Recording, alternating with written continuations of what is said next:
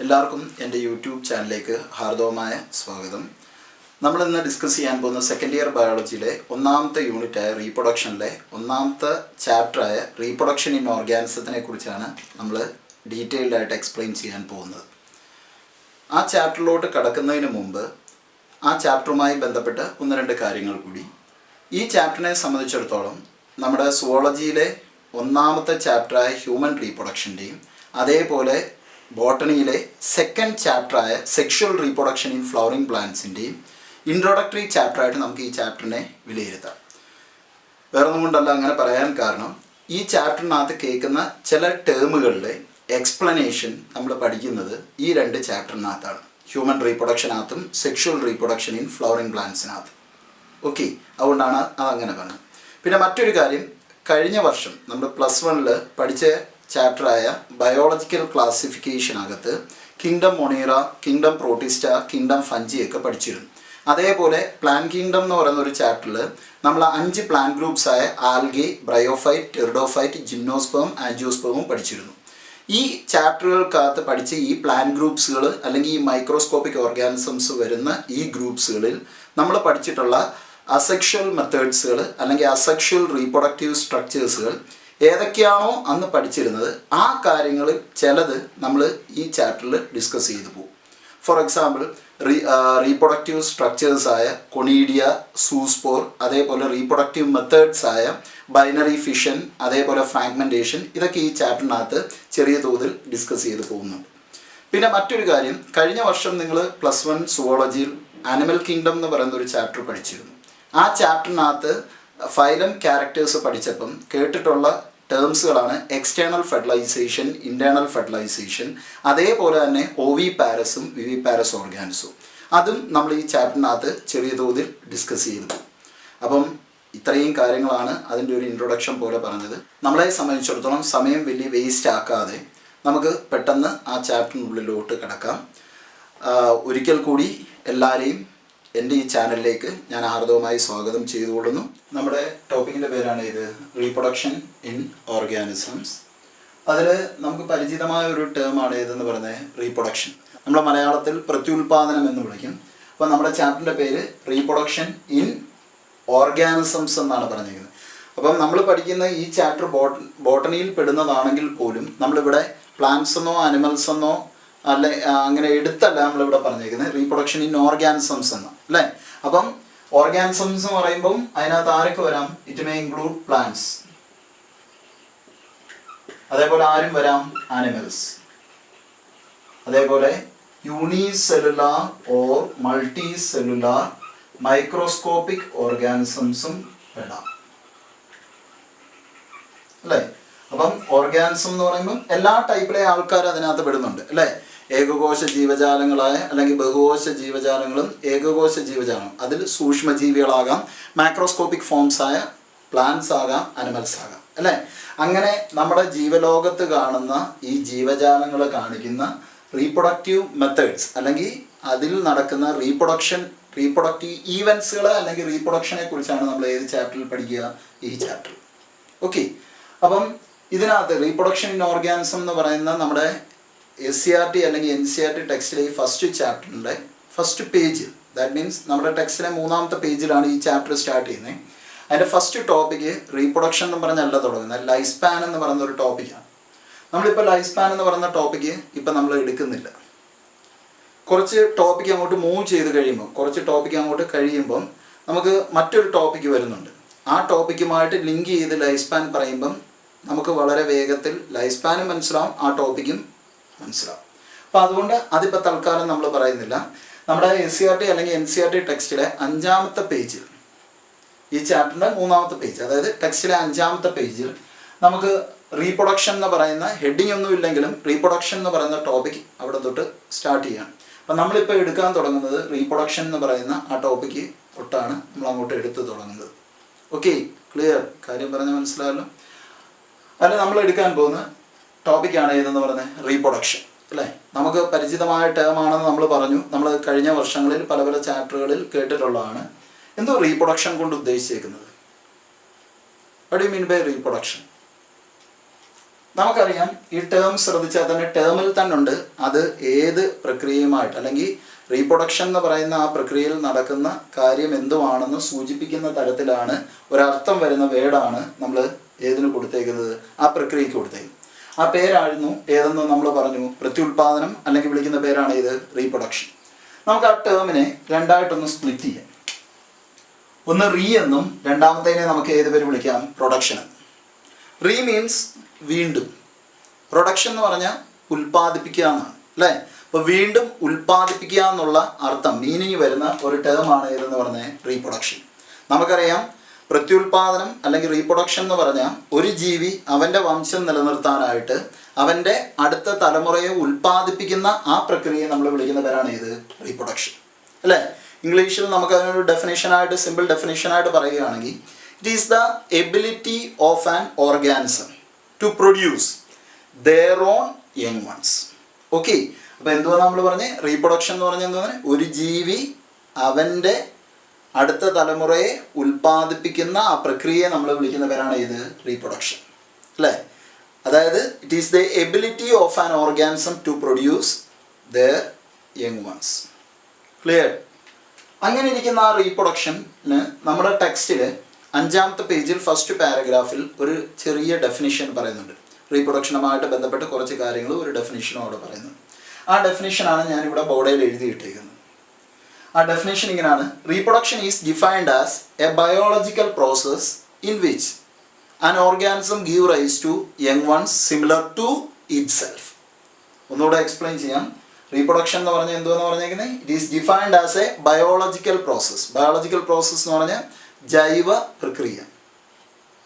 അതായത് ഒരു ജീവജാലങ്ങളിൽ അല്ലെങ്കിൽ ഒരു ജീവിയിൽ അല്ലെങ്കിൽ ഒരു ജീവനുള്ള വസ്തുക്കളിൽ നടക്കുന്ന ഒരു പ്രക്രിയ, ഒരു ആക്ടിവിറ്റി. അതാണ് ഏതെന്ന് പറയപ്പെടുന്നു reproduction. Reproduction is A biological process in which അവിടെ an organism give rise to young ones. ഒരു ജീവി അവൻ്റെ കുഞ്ഞുങ്ങളെ ഉൽപ്പാദിപ്പിക്കുന്നു. ആർക്ക് സിമിലർ ആയിട്ടുള്ള? അവന് സിമിലർ ആയിട്ടുള്ള, അവനെ പോലെ ഇരിക്കുന്ന, similar to itself. For example, ഞാനൊരു ഹ്യൂമൻ ബീങ് ആണ് അല്ലേ.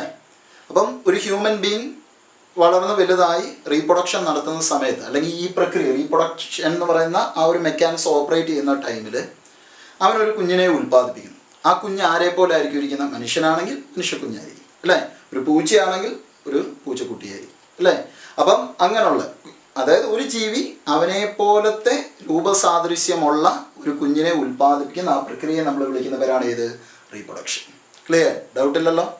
എല്ലാ ജീവജാലങ്ങളെയും സംബന്ധിച്ചിടത്തോളം വളരെ പ്രധാനപ്പെട്ട ഒരു ആക്ടിവിറ്റിയാണ് ഏതെന്ന് പറയാം? Reproduction. It is one of the important feature of all living organism. എല്ലാ ജീവജാലങ്ങളിലെയും ഏറ്റവും പ്രധാനപ്പെട്ട ഒരു പ്രത്യേകതയാണ് ഏതെന്ന് പറയുന്നത്? റീപ്രൊഡക്ഷൻ. ഓക്കെ. പിന്നെ റീപ്രൊഡക്ഷന് മറ്റൊരു ഫംഗ്ഷനായിട്ട് നമ്മുടെ ടെക്സ്റ്റിൽ പറയുന്ന ഒരു കാര്യമാണ്, നമുക്കറിയാവുന്ന ഒരു കാര്യമാണ്. It enables the continuity of the species generation after generation.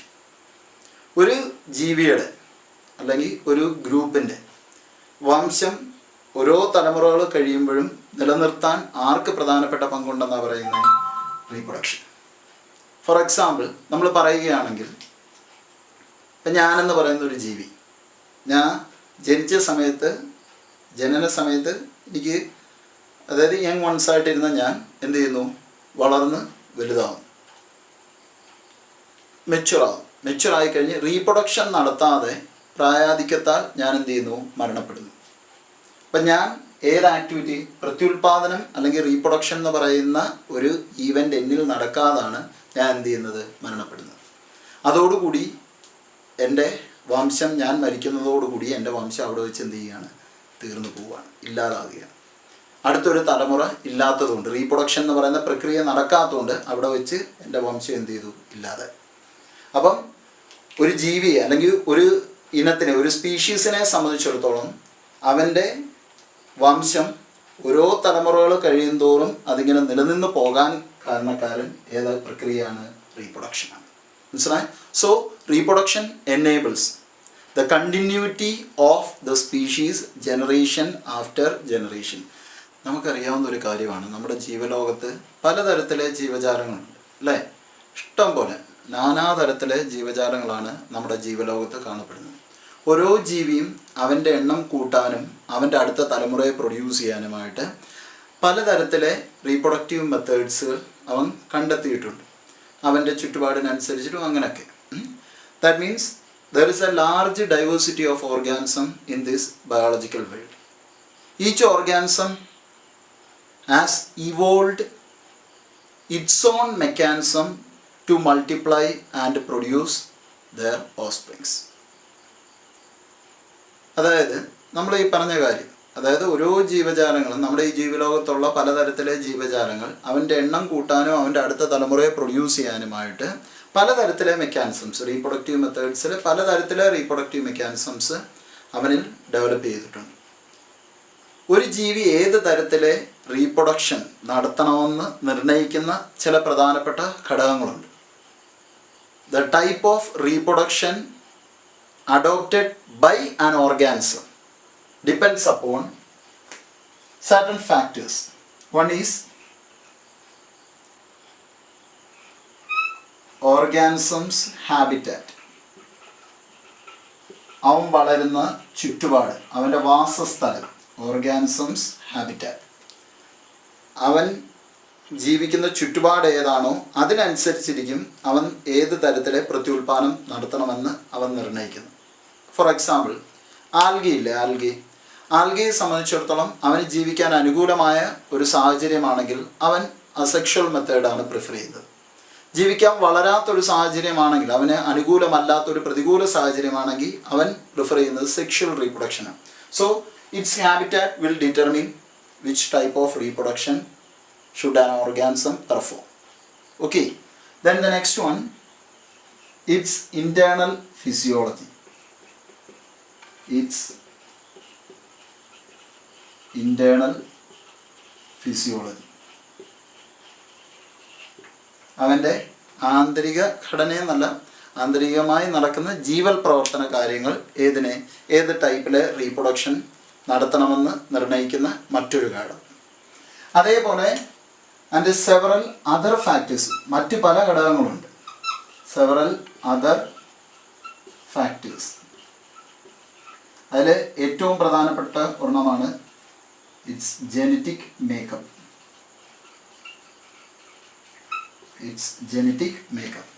ജനിതക ഘടന എന്ന് നമുക്ക് വേണമെങ്കിൽ പറയാം, അല്ലെങ്കിൽ ജനിതകപരമായ കാര്യങ്ങൾ.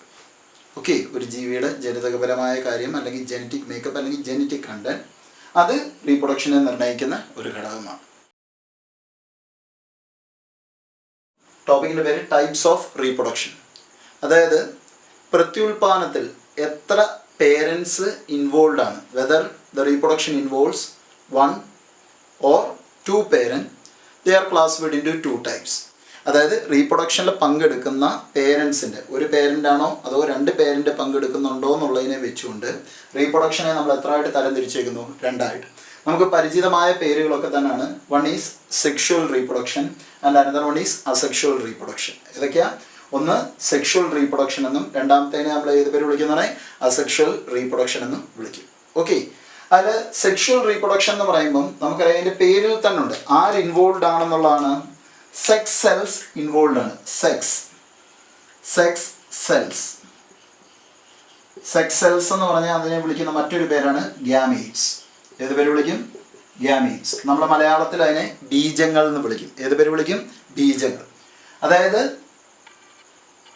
ഒരു ജീവി പ്രത്യുൽപാദനം നടത്തുമ്പം ബീജങ്ങളെ ഉൽപ്പാദിപ്പിച്ചുകൊണ്ടാണ് അവൻ്റെ അടുത്ത തലമുറയെ ഉൽപ്പാദിപ്പിക്കുന്നതെങ്കിൽ ആ റീപ്രൊഡക്ഷനെ നമുക്ക് വിളിക്കാവുന്ന പേരാണ് ഏത്? Sexual reproduction. ഓക്കെ, ജനറലായിട്ട് നമ്മൾ പറയുന്ന ബീജങ്ങളെ ഉൽപ്പാദിപ്പിച്ചുകൊണ്ട് അത് സെക്ഷൽ ആകണമെന്നുമില്ല. ചില റെയർ ഒക്കേഷൻസിൽ ബീജങ്ങളെ ഉൽപ്പാദിപ്പിക്കും, പക്ഷേ അത് സെക്ഷൽ ആണെന്ന് നമുക്ക് പറയാനും പറ്റില്ല. അപ്പം സെക്ഷൽ ആകണമെന്നുണ്ടെങ്കിൽ സെക്സ് സെൽസ് മാത്രം പ്രൊഡ്യൂസ് ചെയ്താൽ മാത്രം അത് സെക്ഷൽ റീപ്രൊഡക്ഷൻ ആകില്ല. ആ ഉണ്ടാകുന്ന ബീജങ്ങൾ, ആൺ ബീജവും പെൺ ബീജവും ആണ് സെക്ഷൽ റീപ്രൊഡക്ഷൻ പ്രൊഡ്യൂസ് ചെയ്യുക. 2 തരത്തിലെ ബീജങ്ങളാണുള്ളത്. ആ ബീജങ്ങൾ ഉൽപ്പാദിപ്പിക്കുക മാത്രമല്ല, ആ ഉണ്ടാകുന്ന ബീജങ്ങൾ തമ്മിൽ എന്ത് ചെയ്യണം? യോജിക്കുകയും ചെയ്യണം. അങ്ങനെയാണ് നമ്മൾ ഫ്യൂഷൻ അല്ലെങ്കിൽ ബീജസങ്കലനം എന്നൊക്കെ നമ്മൾ പറഞ്ഞ് പഠിക്കും പിന്നീട് അങ്ങോട്ട്, അല്ലെങ്കിൽ നിങ്ങൾക്ക് അറിയാവുന്ന കാര്യമാണ്. അപ്പം സെക്ഷൽ റീപ്രൊഡക്ഷൻ എന്ന് പറയുമ്പം the reproduction which involve the formation and fusion of sex cells. Okay, അതിനെയാണ് നമ്മൾ ഏത് റീപ്രൊഡക്ഷൻ എന്ന് വിളിക്കും? Sexual reproduction. എന്നാൽ അടുത്ത റീപ്രൊഡക്ഷൻ ആണ് ഏത്? Asexual reproduction. നമ്മൾ അതിലൊരു ടേം ഉണ്ട്, ഫ്രണ്ടിൽ ശ്രദ്ധിച്ച് അറിയാം, അസെക്സ് ഓർ എസെക്സ് നമ്മൾ വിളിക്കാറുണ്ട് അല്ലേ. അപ്പം നമ്മൾ സാധാരണ ഇംഗ്ലീഷിൽ നമ്മളൊരു വേർഡിൻ്റെയോട് ചേർത്ത് എ എന്നുള്ള ഒരു ടേം കൂടെ ചേർക്കുകയാണെങ്കിൽ എല്ലാ ഒക്കേഷൻസിലും അങ്ങനെ വിളിക്കുമെന്നല്ല നമ്മൾ പറഞ്ഞത്. ഇവിടെ ഉദ്ദേശിച്ചിരിക്കുന്നത് ആ എ കഴിഞ്ഞ് വരുന്ന വസ്തു ആബ്സെൻ്റ് ആണെന്നാണ് അവിടെ ഉദ്ദേശിക്കുന്നത്. ദാറ്റ് മീൻസ് അവിടെ റീപ്രൊഡക്ഷൻ നടക്കുന്നുണ്ട്, പുതിയ ജീവജാലങ്ങൾ ഉണ്ടാകുന്നുണ്ട്, പക്ഷെ അവിടെ ആരില്ല? സെക്സ് സെൽസ് അവിടെ ആബ്സെൻ്റ് ആണ്. അതുകൊണ്ടാണ് അതിനെ ഏത് റീപ്രൊഡക്ഷൻ നമ്മൾ വിളിച്ചത്? Asexual. That means without sex cells. Without sex cells. Clear? അപ്പം അസെക്ഷൽ റീപ്രൊഡക്ഷൻ അല്ലെങ്കിൽ അസെക്ഷൽ മെത്തേഡ് എന്ന് പറഞ്ഞാൽ എന്താണെന്ന് പറയും? It is the type of reproduction in which new organisms are produced without the involvement of sex cells or gamete. Sex cellsനെ produce ചെയ്യാതെയോ അല്ലെങ്കിൽ അത് ഫ്യൂഷനിൽ പങ്കെടുക്കാതെയോ ആണ് അവിടെ ഒരു തലമുറ ഉണ്ടാകുന്നതെങ്കിൽ ആ റീപ്രൊഡക്ഷൻ നമ്മൾ വിളിക്കുന്നവരാണ് ഇത് അസെക്ഷൽ. സെക്സ് സെൽസിനെ പ്രൊഡ്യൂസ് ചെയ്യില്ല, അഥവാ സെക്സ് സെൽസിനെ പ്രൊഡ്യൂസ് ചെയ്യുന്ന ചില കേസുകളിൽ സെക്സ് സെൽസ് ഉണ്ടാകുന്നുണ്ടാവും, പക്ഷേ അതെന്ത് ചെയ്യുന്നില്ല? ഫെർട്ടിലൈസേഷൻ, ബീജസങ്കലനത്തിൽ അത് തമ്മിൽ യോജിക്കാതാണ് അവിടെ അടുത്തൊരു തലമുറ ഉണ്ടാകുന്നെങ്കിൽ അതിനെ നമുക്ക് ഏത് പേര് വിളിക്കാം? അസെക്ഷൽ. ഇപ്പം നമ്മൾ പിന്നീട് പഠിക്കുന്ന ടോപ്പിക്കിൽ പാർത്തനോജെനിസിസ് എന്ന് പറയുന്ന ടോപ്പിക്കൊക്കെ പഠിക്കുന്നുണ്ട്. ഫെർട്ടിലൈസേഷൻ നടക്കാത്ത എഗ്ഗിൽ നിന്ന് പുതിയൊരു തലമുറ ഉണ്ടായി വരും, ഒരു ജീവി ഉണ്ടായി വരികയാണെങ്കിൽ, അല്ലെങ്കിൽ ഒരു എംബ്രിയോ അല്ലെങ്കിൽ ഒരു സൈഗോട്ട് ഉണ്ടായി വരികയാണെങ്കിൽ നമ്മൾ വിചാരിക്കും അവിടെ എഗ്ഗ് ഉണ്ടല്ലോ, അപ്പോൾ അതൊരു സെക്ഷൽ മെത്തേഡ് അല്ലേ? അല്ല, അവിടെ ബീജങ്ങൾ ഉണ്ടായെന്നുള്ളേ ഉള്ളൂ, ഒരു ബീജമേ അവിടെ ഉണ്ടായിട്ടുള്ളൂ. അവിടെ എന്ത് നടക്കുന്നില്ല? ബീജങ്ങൾ തമ്മിൽ യോജിക്കുന്നില്ല. ഫെർട്ടിലൈസേഷൻ നടക്കാത്തതുകൊണ്ട് അതൊരു സെക്ഷൽ മെത്തേഡായിട്ട് നമുക്ക് പറയാൻ പറ്റില്ല. ഓക്കെ, നമ്മുടെ ടെക്സ്റ്റിൽ സെക്ഷൽ റീപ്രൊഡക്ഷൻ്റെയും അസെക്ഷൽ റീപ്രൊഡക്ഷൻ്റെയും ഓരോ ഡെഫിനേഷൻ പറയുന്നുണ്ട്. അതാണ് ഞാൻ ഇവിടെ ഇപ്പം ബോർഡിൽ എഴുതിയേക്കുന്നത്.